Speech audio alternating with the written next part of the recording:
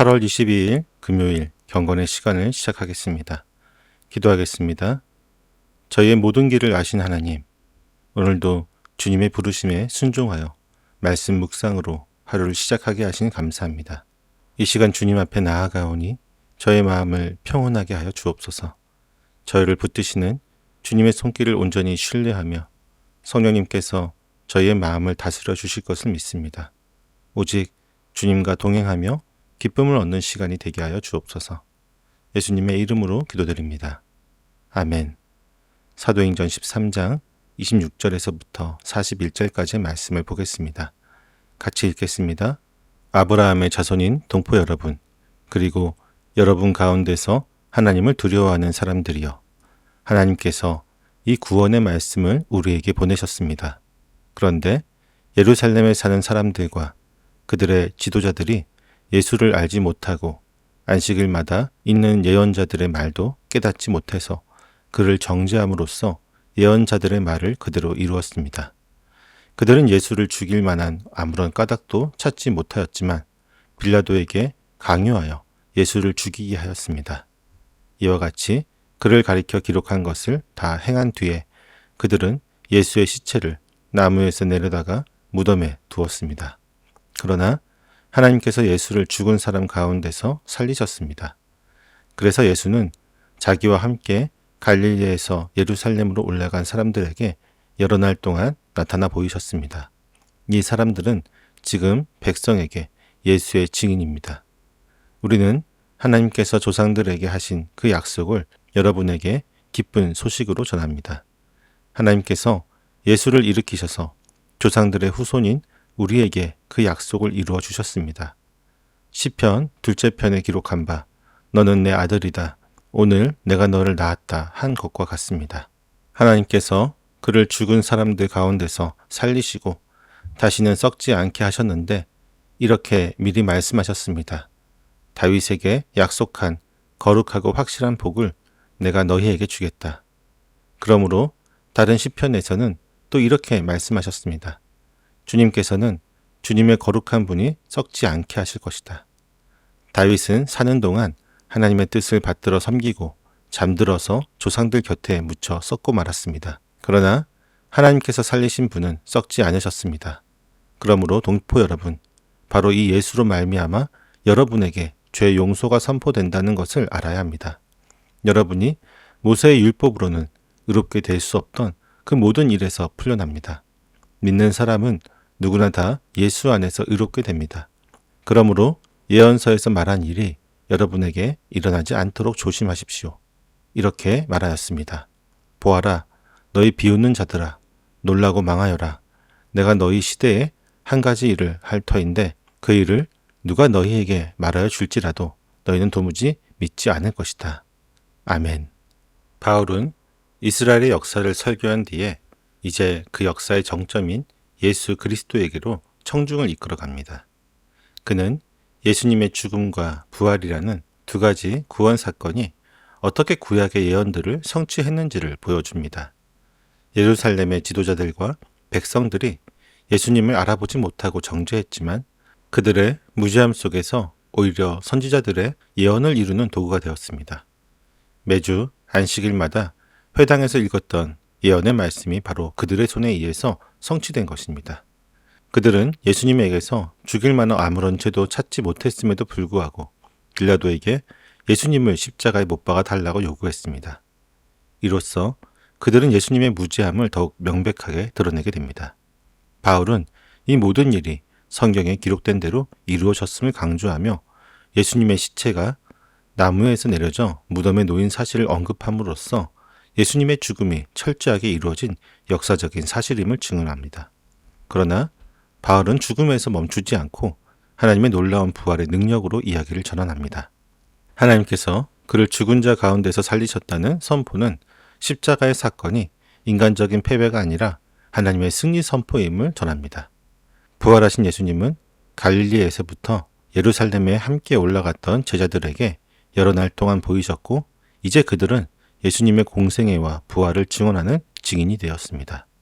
바울은 자신을 그들과는 구분했지만 이제 자신도 부활의 증인으로서 복음을 전하고 있음을 밝히고 있습니다. 우리가 이해할 수 없는 고난과 역경 속에서 하나님께서는 그분의 뜻을 이루어 가십니다. 우리의 연약함과 세상의 죄악이 드러나는 그 순간조차도 하나님의 놀라운 구원의 계획을 위한 도구가 될 수 있습니다. 우리는 예수 그리스도의 부활이 우리의 삶과 어떤 의미로 연결되어 있는지 묻고 그 부활의 능력을 삶으로 증언하는 증인이 되어야 합니다.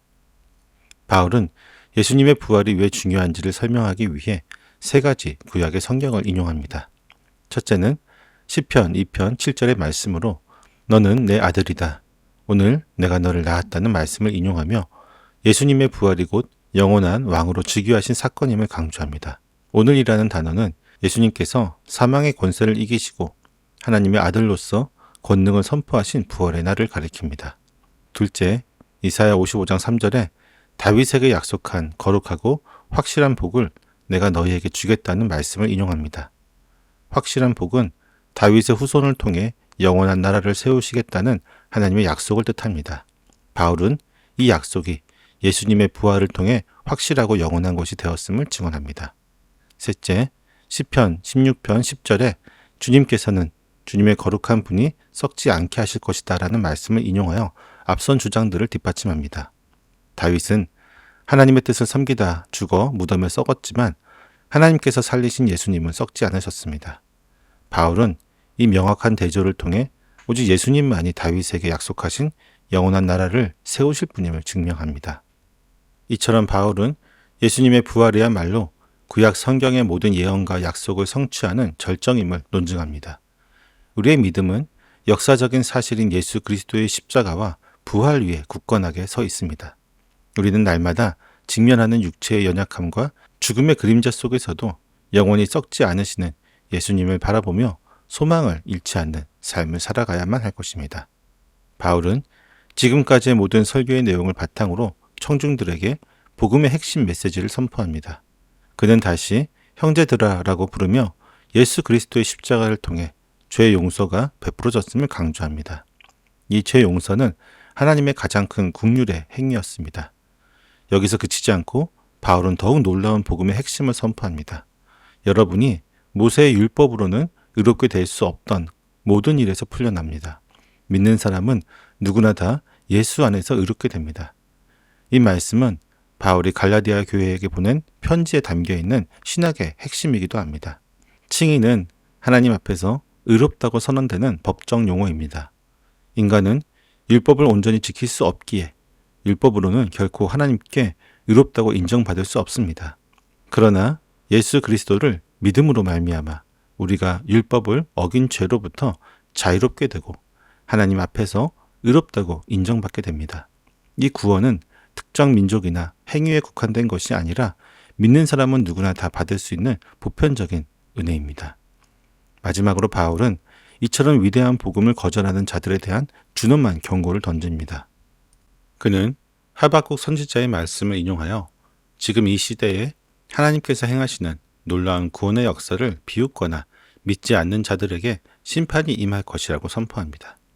이것이 바로 우리가 붙들어야 할 복음의 진리입니다. 우리는 우리의 선한 행위나 노력 혹은 그 어떤 자격으로도 하나님의 의를 얻을 수 없습니다. 오직 믿음으로 예수 그리스도의 십자가와 부활을 의지할 때에만 우리는 죄의 권세에서 벗어나 하나님의 자녀로 온전히 인정받게 될 것입니다. 오늘 본문은 우리에게 하나님의 구원의 역사가 얼마나 치밀하고 주권적이며 긍휼로 가득했는지를 보여줍니다. 하나님께서는 인류의 죄악과 허물에도 불구하고 자신의 약속을 멈추지 않으셨습니다. 예언을 성취하신 예수님을 보내셨고 사망의 권세를 이기신 부활의 능력으로 우리에게 영원한 생명을 선포하셨습니다. 그리고 이제는 그 모든 것이 율법의 행위가 아니라 오직 믿음을 통해 우리에게 주어지는 은혜임을 말씀하십니다. 우리의 가장 큰 고민은 어떻게 하면 하나님 앞에서 의로운 사람이 될 수 있는가입니다.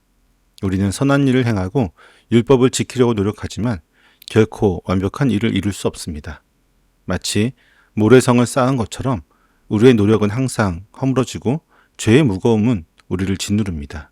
그러나 바울의 설교는 바로 그 율법의 한계를 뛰어넘는 복음의 선포였습니다.